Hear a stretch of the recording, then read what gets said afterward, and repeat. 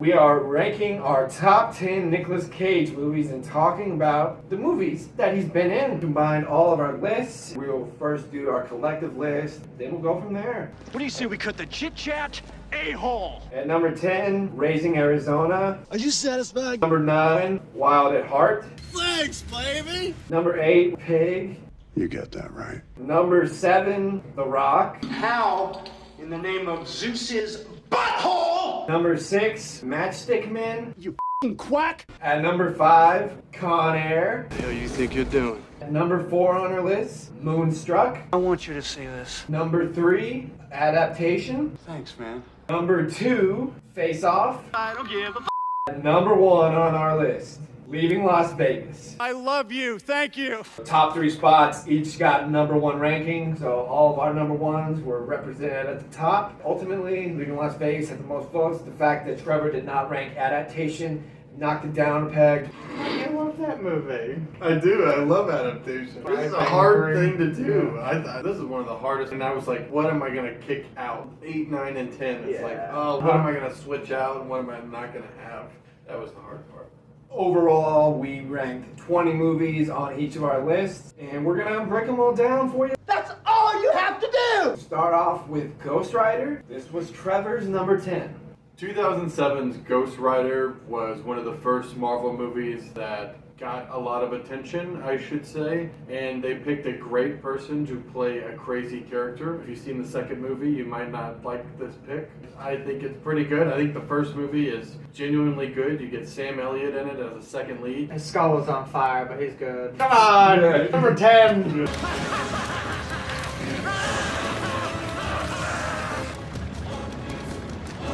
Honestly, the only thing hotter than Nicolas Cage and Ghost Rider is Eva Mendes. She was on fire. Everything in the movie is on fire. My number 10 was Red Rock West. It's a movie I actually like a lot. Nicolas Cage, who can really do over the top, and Dennis Hopper, who can do even more over the top. And they're both just acting their asses off, and it's wonderful. It's an atmospheric little movie, and it's pretty cool. Oh, I knew a guy like you once. Thought he was better than everybody else. That's it, ain't it, Mike? You think you're better than me, don't you? Why don't you just blow me? What I had at number 10 was Peggy Sue Got Married. This movie represents a whole slice of Nicolas Cage's filmography back in the day. In a lot of these movies where he's like the romantic lead, he does a really good job in these movies and brings a very suave vibe, but also a very goofy Nicolas Cage vibe, which makes them really fun. Enjoying Nicolas Cage being a goofy, zany guy, and also while it being an awesome 80s movie. It doesn't take place in the 80s. Really nice movie where it's kind of time travel-y. 3 things. 1, my boy JC, Jim Carrey's in it. 2, this is Francis Ford Coppola's only good movie of the 80s. And then 3, Nicolas Cage in this movie is doing the same exact voice that he does in G-Force. Ha! Well, I hid in a soup can, rode it all the way to the city dump, and it was stinky. You think I'm gonna spend the rest of my life selling appliances, chasing women around the store like my father? Stupid guinea pig. He's not a guinea pig in that. It's a mole. It's a mole. I saw It's a that mole. movie, and besides that voice, It's a mole. okay. He's a mole! And Remember all you the know Black what? Eyed Peas soundtrack? I do remember that. Okay. All the song. All the song. Gotta get that boom, boom, boom. Yeah, that's what we got so far. National Treasure, Book of Secrets, the second one. Trevor had this on his list. I had to have this movie on my list because I think it's even better than the first one, which is also really good. Another Nicolas Cage movie where Ed Harris is the villain in it, and he's actually a good guy when it comes down to the end. Don't know how many more times he can do that. You get more John Voight in this one. You get Mount Rushmore, and they get to unlock the Golden City within. Nicolas Cage literally gets to be so funny in the second one that he's so reserved in the first one. Oh, let me guess. It's the wrong time. It's the wrong place. I'm wrong again. Wrong about us. Wrong about Thomas Gates. Worth a rewatch. It's on Disney Plus. I wish there was a third one. Yeah, I would watch it. Next, I'm gonna steal the Declaration of Independence. but before that, we have Trevor had this on his list. Adaptation? Got the boot! Wasn't good enough. He loves Adaptation, but Next was available. I mean, okay.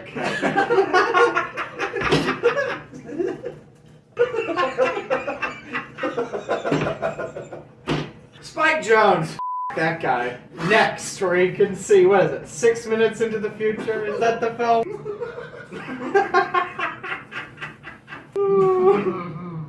Adaptation. Just messed up. Stop looking like I'm crying. You made fun of me. Who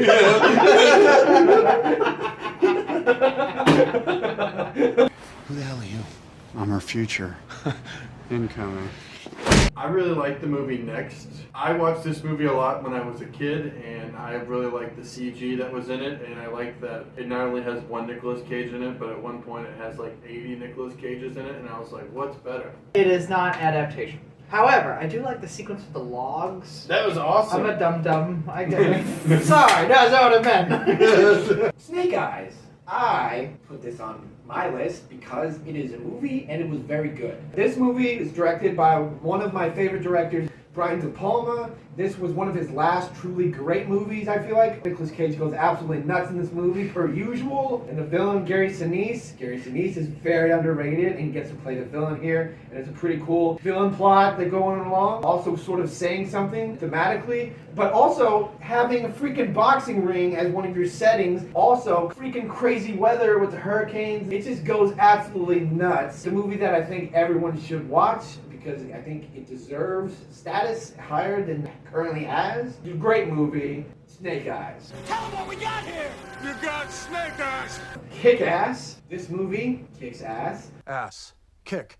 Let's keep it that way. Nicolas Cage is a freaking nut in this by also being a freaking superhero. This is the Nicolas Cage superhero movie. Ghost Rider is not.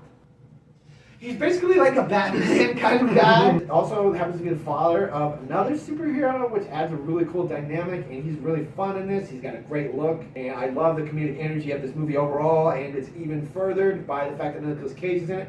His character in that movie is really interesting and weird. Yeah. Big Daddy. Big Daddy! That's a hell of a name for a superhero. The supporting cast in that movie is awesome. I know, that movie's so damn good. Yeah, it's got Christopher Mintz-Plasse, and it's got Evan Peters, and like all these people. Insane. Bringing Out the Dead. This was on my list. Evidently, his most underrated movie. And one of Martin Scorsese's most underrated movies. It follows him as an EMT, and it's basically just a night of him as his EMT dealing with all this stuff going on, and all the stuff in his life and everything. Amazing movie. I thought it was really well done, atmospheric, and just gives you that feeling that you are an EMT and you're in that position and you're going through all this stuff, dealing with that job. It's a good Nicolas Cage performance. I remember there's that scene. He has a freak out moment, as he does best. All the poor people of this city who wanted only to live and were viciously murdered. You have the nerve to sit here wanting to die and not go through with it? You make me sick! Next, it could happen to you. Trevor had this on his list. I had this movie at number 5 on my list because I think it also shows a different slice of Nicolas Cage. It shows him basically being a normal person. He's playing an actual human, and very sweet, genuine movie. A true story about someone that wins the lottery and they split it with the waitress because they say so. Kind of weird that it's a true story, and it's weird that they picked Nicolas Cage to play the guy, but it really works. There's something charmingly vanilla about it that I enjoy. I really like him and his chemistry with Bridget Fonda. The fact that it's based on a true story honestly makes me believe it could happen to you. Raising Arizona on Trevor's list. I love the Coen brothers, and this is a Coen brothers comedy about a zany couple, I should say, with Nicolas Cage and Holly Hunter, and they kidnap a baby. It sounds terrible, but it's really funny. The energy in the movie is insane. It's basically like watching a Looney Tunes cartoon starring Nicolas Cage, and if you know Nicolas Cage, he could basically be a cartoon, so it's awesome. Wild at Heart. This was on Christian's list and should have probably been on mine. Ah, man, this movie's awesome. You either go for David Lynch or you don't, and I've been waiting to make this point. Okay. Does Nicolas Cage choose the roles by the character's name, or does he choose the role and then give the character a name?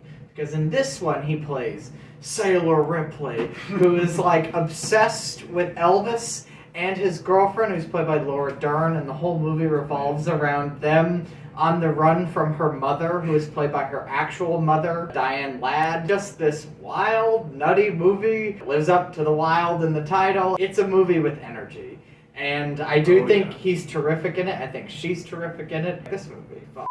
Did I ever tell you that this here jacket represents a symbol of my individuality and my belief in personal freedom? About 50,000 times. Pig. This was on 2 lists, both at number 6. The thing about Nicolas Cage in the last 15 years is he shows up in things every so often that I want to see, and otherwise I don't even bat an eye at it. But when I heard the buzz on this movie, I was like, I'm there. And you know what? He should have been nominated for Best Actor, and he should have won. On paper, it sounds like a dumb Nicolas Cage movie, but it's actually this small, beautiful, sad little movie where I think he gives one of his best performances. It really wrecked me the first time I saw it. Also one of his most reserved performances. It's some of his best acting he's done since leaving Las Vegas. That's high praise. Not that it's not fun to watch him go crazy, but just something about him actually holding back that makes it so powerful. Hear a movie description that's like somebody steals Nicolas Cage's pig, and you're like, oh man, he's gonna go off the rails.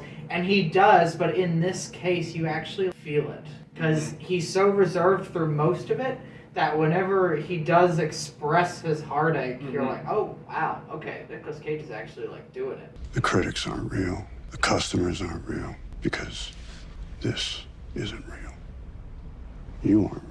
The Rock. This was on me and Christian's list. It's a great movie, fun action movie, Michael Bay. Very underrated, I feel like. It's honestly so good. Nicolas Cage plays Dr. Stanley Goodspeed. Start me off. Yes. There's no way that He does! That's not even what I had to look up. It is kind of more of a Sean Connery movie, but it's also a kick-ass Nicolas Cage movie where he's like a dork kicking ass. This movie rocks. because it's called The Rock. Exactly.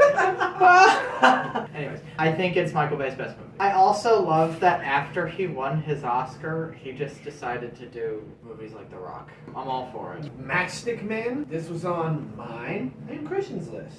Nicolas Cage is going absolutely Nicolas Cage, and this might be the Nicolas Cageiest Nicolas Cage movie of all time. That's high praise. This is very, very good in. He has tics, and he's got OCD. He's very unreal in this movie, and it's actually a really good movie around it, too. Very good relationship with Alison Lohman's character. And also Sam Rockwell is in this, and Bruce McGill is very good in this, too. One of Ridley Scott's best, somewhere up there. I really liked Alison Lohman and Nicolas Cage in it, which I just like Alison Lohman in general. I don't know where she is, but where are you? Have you ever been dragged to the sidewalk and beat until you pissed blood? Con Air. This was on me and Trevor's list. I'm wearing this shirt, even though it's supposed to be a wife beater, of course, in the movie, but I still like the vibe because of the hair and everything. I was listening to How Do I Live. Perfectly encapsulates the entire movie in that one song, as dumb as that sounds. It does.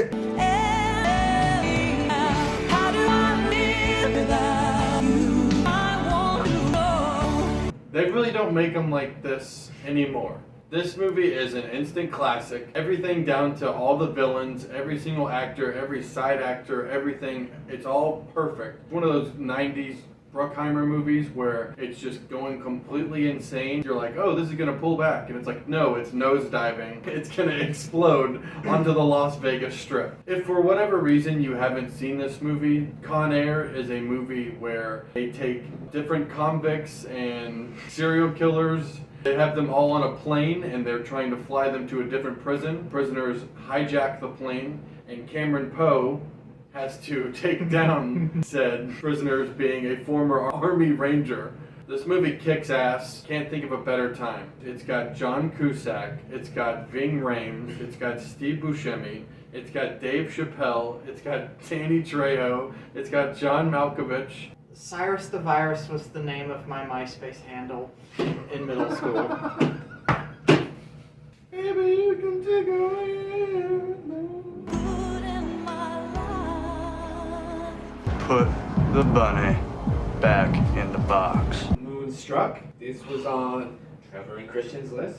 It's one of the best rom-coms. It's mostly Cher's movie. I mean, she is so fabulous in it. Hair, whew.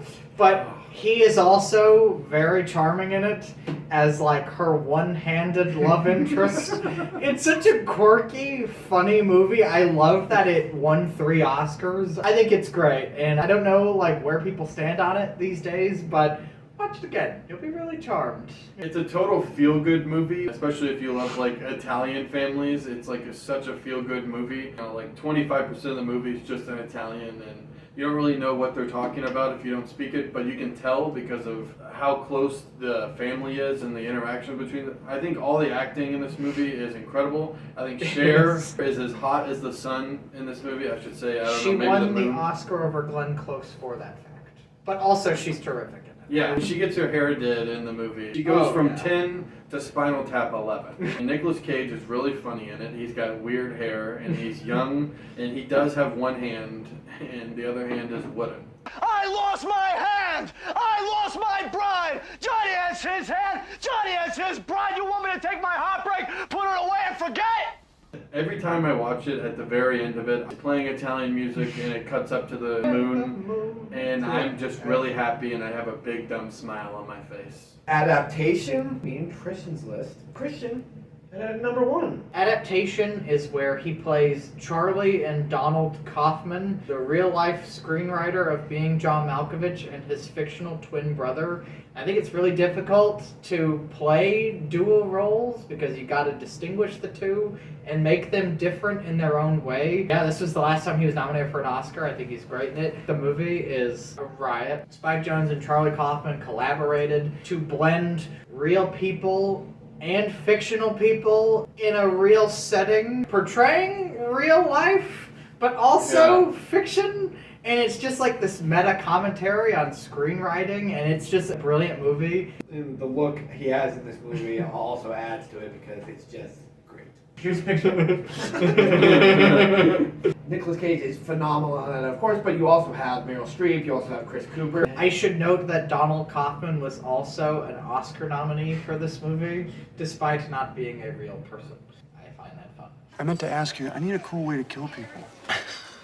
Don't worry for my script. Face Off. This was on everyone's list because we're not psychopaths. Trevor had it at number 1. Trevor, go off. When I first watched this movie, my face fell off. I didn't know a movie could be this perfect. Nicolas Cage, we all know that he's the king of overacting. This villain of Castor Troy is something unbelievable.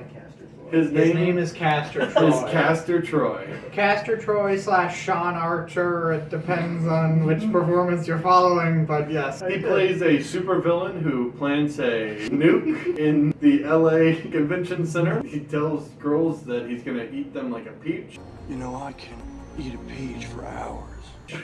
And he fills up altar girls. It's a meme. He's a villain and a half. But the fun thing about it, he gets to play 2 different people because at one point in the movie, he swaps faces with someone else. He gets to play John Travolta's character that he was playing through the first half.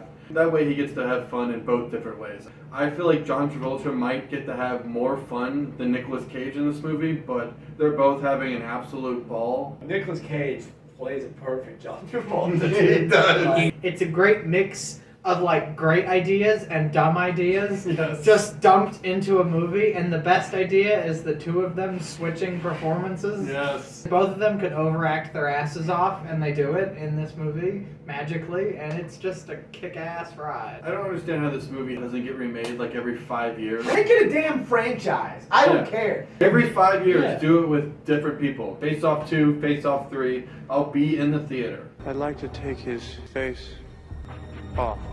Last but not least, we have Leaving Las Vegas. Everyone has this on their list. I had it number 1. And Nicolas Cage had an Oscar. Leaving Las Vegas is Nicolas Cage being absolutely miserable and drunk the entire movie.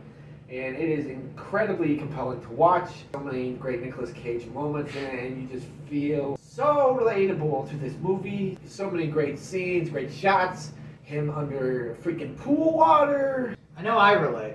That's gonna be a problem. To top it all off, you also get Elizabeth Shue. She gets her shine and more. She's incredible.